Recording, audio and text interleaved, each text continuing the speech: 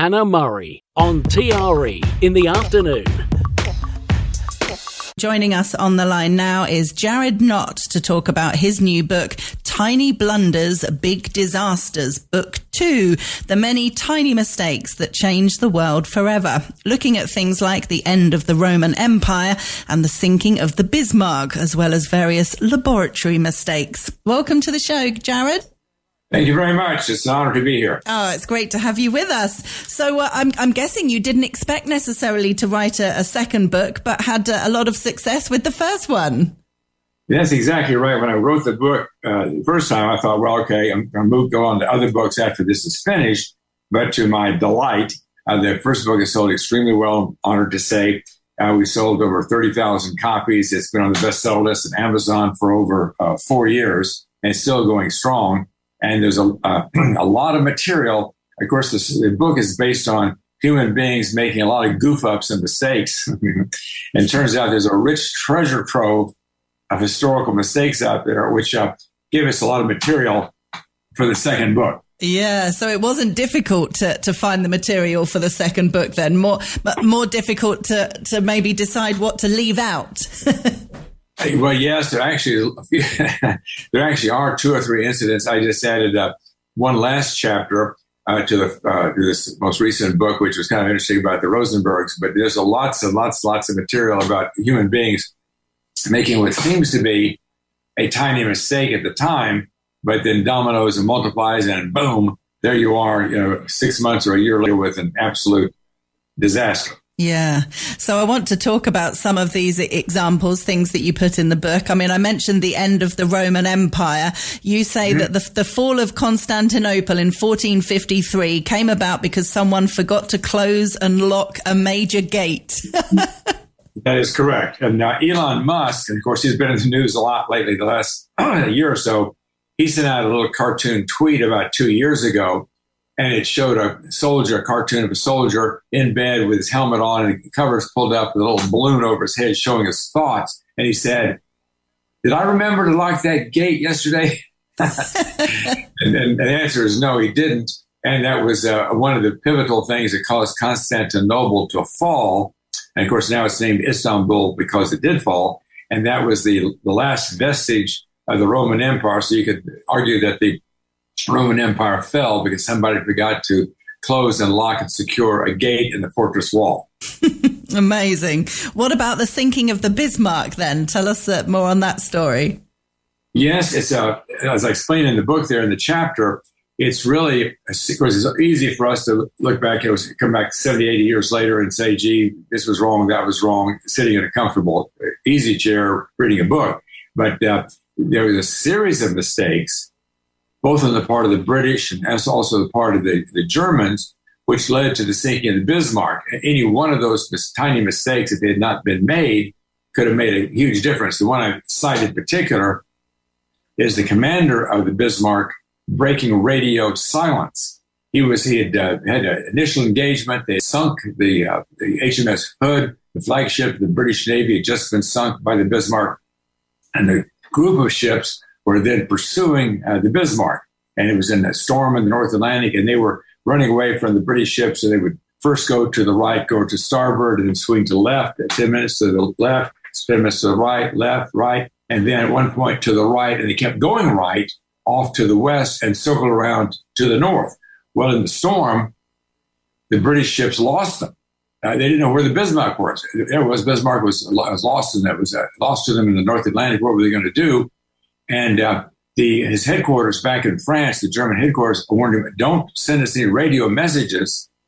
We think that the British have lost you. And the commander of the Bismarck didn't really trust those people there in France. The Central Command doesn't really know what they're talking about. I don't think I have lost them. And he kept sending long radio messages. He broke radio silence. And sure enough, the British were able to pick him up again and honed in on him again. Now, here's another mistake.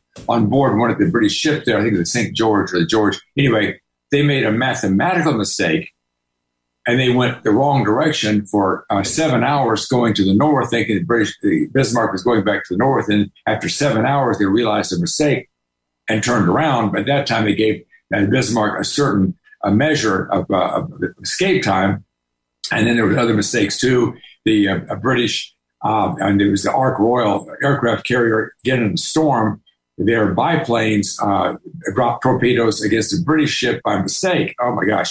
But fortunately, there were new torpedoes that were activated by magnetism, which did not work. They were defective, thank gosh.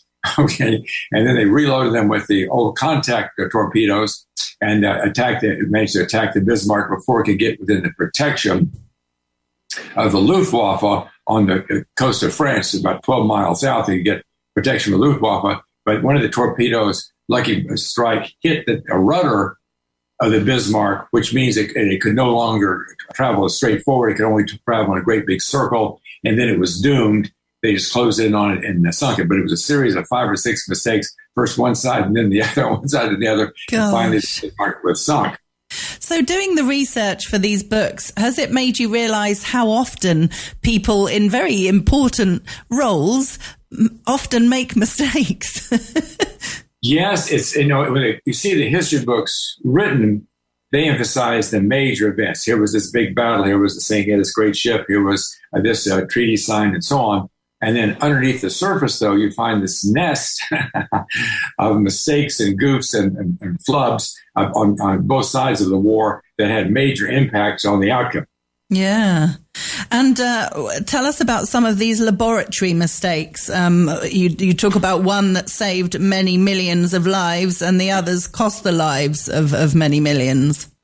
Exactly right. The two of the biggest developments in medicine in the last 100 years took place because of mistakes in the laboratory.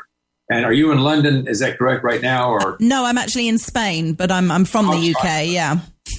Anyway, well, the St. Mary's Hospital in London in 1928, and the Professor Fleming was there, and he was he's kind of like a role model for slobs everywhere. And my wife would say, maybe sometimes I belong in that category. But anyway, he was known for keeping kind of a sloppy laboratory. All right, so he's going on vacation to Scotland, and they had these dirty dishes, petri dishes, smeared with bacteria. But he just leaves them on top of his counter there, and he opens up a window, leaves the window open. He's gone for 2 weeks there with this open window, and off he goes to Scotland. I hope he had a good time. Well, in that 2-week period, apparently a penicillin mold, blew in through the open window and landed in one of the petri dishes smeared with bacteria. He comes back from vacation, looks at the dishes, and it's a huge, huge, huge epiphany in the history of the human race. The penicillin mold has killed all the bacteria around it. That means there's something in penicillin that kills the bacteria. Yeah. And it took a number of years. Of course, he perfected it more, tested it more. It took a number of years for a major laboratory to be able to produce large amounts of penicillin. And some of the big pharmaceutical companies in the United States, with the Rockefeller grant, where they could produce mass quantities of penicillin. And it has saved, as you say, over 500 million lives. And that's conservative. So that one little tiny mistake led to a huge, huge, huge transformation in the way we practice medicine today. That's the good one. Yeah, that is. I just want to comment on that. That is incredible. I mean, obviously, I knew it was Sir Alexander Fleming who invented penicillin, but I had no idea about that story and that it happened because he was messy in the laboratory. And yeah, it just happened basically by chance. What a story. Exactly. It was the hand of God using a slob as his instrument. So anyway, and again, the slobs everywhere we can relate to that. So anyway. Or not, because they haven't invented it. But then the other one, which of course crosses over the line to the ugly, of course, is the tragic. It took place at the Wuhan lab there in China. And it was they're engaging in very dangerous research, something called gain of function research, where they take 2 different kinds of viruses, combine them together, and then test them and see what they can learn from that experiment. But at the time, people were warning them, don't do that. That's very, very dangerous. If some kind of terrorist were trying to get that to escape from the lab, or if there's some kind of laboratory leak, it can get out and cause all kinds of damage. It's a virus that could kill millions of people. Well, that's exactly what happened. It did leak from the laboratory, escape, and spread across the world. It's killed approximately 15 million people. and counting. We're lucky, but about 1% of the people who get that virus die from it. Tends to be older people, but there are some viruses where it can be 15 or 20% people who die from it. People there, Dr. Fauci, that research was funded by United States taxpayer dollars.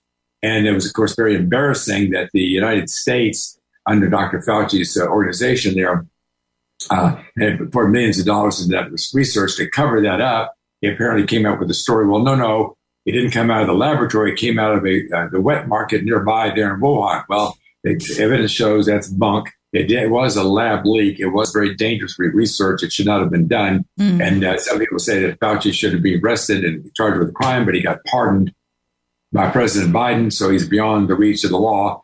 And that, of course, has cost 15 million lives and counting. That's the bad one. And both of those two things took place because of mistakes in the laboratory, or as you would say, the laboratory. Yeah, absolutely shocking. And what other things did you come across that were? I mean, there must have been some events that you'd obviously heard about and knew a lot about, and just kind of found a little bit more information on it, and others that you maybe knew nothing about at all before doing some research. Yes, that's right. There's one of them is a single piece of tape rotated several inches the wrong direction, changed the outcome of the Vietnam War. The United States might very well have won, except for the single tiny mistake. And that hasn't turned something off. That has to do with the Watergate break-in. When they were breaking into the Watergate complex there, they were told to hold the striker on the door down with a piece of tape in the vertical position. They made a mistake and they put it in the horizontal position. So when the night watchman came walking down the hallway, he saw the tape on the door. What's this tape on the door? Call the Washington, D.C. police. Okay. And they called for the police to come out there. There was a strong rumor that the uniformed police officer who was on duty in that part of the city was not available because he was intoxicated in a local bar. So they had to send a bum patrol, 3 police officers dressed as hobos in a jalopy car, pulled up in front of the Watergate. They were not recognized as police officers. They came into the Watergate. They arrested James McCord and the Cuban operatives. And then Watergate began. Boom, boom, boom, one thing after another. Henry Kissinger gave an interview on television. He said that they knew the North Vietnamese were going to be testing the treaty that just been recently signed. The plan was to go in there and bomb the daylights out of them again to get them back in compliance. But they were so weak politically they couldn't because of Watergate. So South Vietnam collapsed. Nixon administration collapsed, all because of a single piece of tape rotated several inches the wrong direction and a drunk cop. Wow, that's unbelievable, isn't it? Oh, you must have had such fun researching this book. Any chance of a book 3? Well, I actually do have a book 3, but it's on a different subject. It's underway. We got it copyrighted and everything, but the title of that one is The Hushed Up Murders of Famous People. They murdered big and got away with it. Oh, I like the sound of that one. Yeah, some people think that's the juiciest of them all, but we'll see. It's fun. All 3 of them have been a lot of fun to research, a lot of fun to write. Yeah. Oh, I bet. So with these cover-up murders, are these all things that you believe, or have you just done the research and found things that you didn't believe were necessarily a cover-up, but now looking at all the evidence, you think they were? Well, yes, I kind of do it on a continuum. At one end of the spectrum, Jimmy Hoffa, for example, it's now 99% certainty that he was, in fact, murdered by the mob. Of course, the mob got away with it 2 months before he died. The man who did the murder came forward and confessed. Okay, that's a 99% certainty. At the other end of the spectrum, J. Edgar Hoover may have been poisoned. It's speculated someone was able to slip into his home who would imagine and put poison in his toothpaste, and he keeled over and died one morning in his bedroom unexpectedly, was buried without an autopsy. And as soon as he died, agents went into his office and scooped up all these dossiers on people that he was using to blackmail a lot of powerful people. Well, was that murder? Well, it's about I'll call it a 35% chance, 40% chance. We don't know. It's a serious possibility. So we have dead certainty in terms of Jimmy Hoffa. We have just serious speculation part of J. Edgar Hoover, and all up and down the continuum, there are different people. Marilyn Monroe, there's pretty convincing evidence that she was murdered. No one knows for sure, but of course, Robert Kennedy and Peter Lawford were both at her house the day she died, which is kind of shocking when you think about it. But there's a lot of course, Natalie Wood, and of course, now Jeffrey Epstein. I'm going to say this is about says that he was murdered to hush him up. And there's, of course, Stalin murdered a lot of people just for spite. There's a whole bunch of prominent people that were murdered. When people get to a high level, they have a lot of people gunning for them. Of course. And a lot of people, outside, they successfully bring them down. Yeah. I find it quite shocking that in this day and age, there are people that don't want to believe or ask questions about any of these things, and they just throw the word conspiracy theorist out there as if everybody who believes anything different to what we're told in the newspapers or by the governments is a crackpot. And I just find that unbelievable. I mean, you mentioned Anthony Fauci earlier, the fact that he was pardoned, and yet he told loads of lies to not just America, but the whole world. And all these things were put into place based on what he was saying. And because he was the expert, it's like, well, hello, why are people still not asking questions? Yes, it's funny how often these last 5-10 years, the conspiracy theorists have been proven to be correct. Now, they have the information on the Kennedy assassination that's going to be released, and that's going to be very, very interesting. There may have been a second gunman. I don't know, but there's some very serious questions about that entire situation. The Trump administration is going to release the dossier, the information from the records, and we'll see what it provides. There was always talk about a second gunman up on the grassy knoll, and I just heard in bits and pieces through the news media there may have been evidence of that. I don't know, but that one's going to be a very interesting one by itself. Oh, definitely. There are so many. I interviewed a man a few months ago who had spent time with James Earl Ray, and he said, in his opinion, there is absolutely no way that he killed Martin Luther King. He said, having spent time with him, he really, really doesn't believe that could have happened. So there's so many out there. Yeah, the James Earl Ray. Now his family, his brothers, were kind of all part of a criminal conspiracy kind of family unit.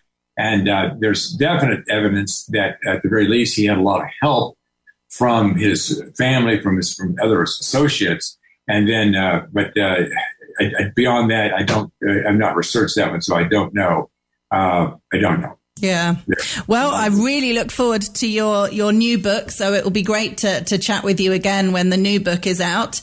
But in the meantime, if listeners want to get a copy of Tiny Blunders, Big Disasters, Book 2, The Many Tiny Mistakes That Changed the World Forever, it's available on our website, tre.radio, and it's by Jared Knott, who we've been chatting with. Quickly, you can go to tinyblundersbigdisasters.com. tinyblundersbigdisasters.com. It's a website. It has 2 free chapters there and has a portrait gallery and a book trailer, and it's a lot of fun to visit. Ah, fantastic. tinyblundersbigdisasters.com. Yes, please. Brilliant. Jared Knott, thank you so much for joining us, and I hope to chat with you again in the near future. I appreciate it very much. Thank you.